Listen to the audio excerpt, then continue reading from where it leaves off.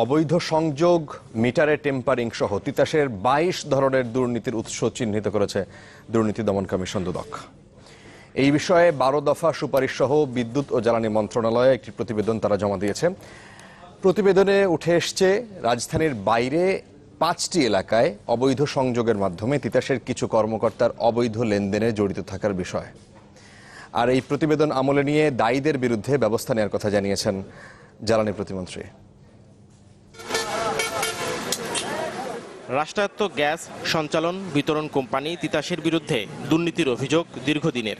KG মেপে ঘুষের টাকা লেনদেন হয় তিতাসে। গণমাধ্যমের এমন প্রতিবেদনের সত্যতা পেয়ে অভিযুক্তদের বিরুদ্ধে ব্যবস্থা নেয় কর্তৃপক্ষ। এবার দুর্নীতি দমন কমিশন তিতাসের বিরুদ্ধে ২২ ধরনের দুর্নীতির তথ্য তুলে দিল বিদ্যুৎ ও জ্বালানি প্রতিমন্ত্রীর হাতে।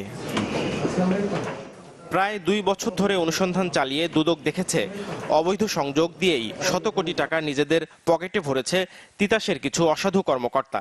এছাড়া অবৈধ সংযোগের বিরুদ্ধে ব্যবস্থা না নেয়া, বাণিজ্যিক গ্রাহককে শিল্প শ্রেণীর গ্রাহক দেখিয়ে সংযোগ, মিটার ট্যাম্পারিং, মিটার বাইপাস করে সংযোগ প্রদান, গ্যাস কম সরবরাহ করে সিস্টেম লস হিসেবে দেখানোর মতো দুর্নীতিরও প্রমাণ মিলেছে এই অনুসন্ধানে। অসাধু কর্মকর্তা কর্মচারী আছেন, তাদের একটা যোগসাজশ থাকে, সেই কারণে সরকারের অনেক ক্ষতির কারণ ঘটে।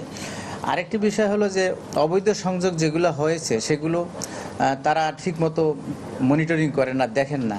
বরং বলবো যে তারা অসাধু কর্মচারীরা রাতের আধারে মানুষের সাথে যোগসাজশ করে তাদেরকে ওই অবৈধ সংযোগ দেন, এবং অবৈধ সংযোগ তাদের জানা মতে কোনো জায়গায় থাকলেও সেটা তারা বাতিল করার, সংযোগ বিচ্ছিন্ন করার ব্যবস্থা গ্রহণ করেন না।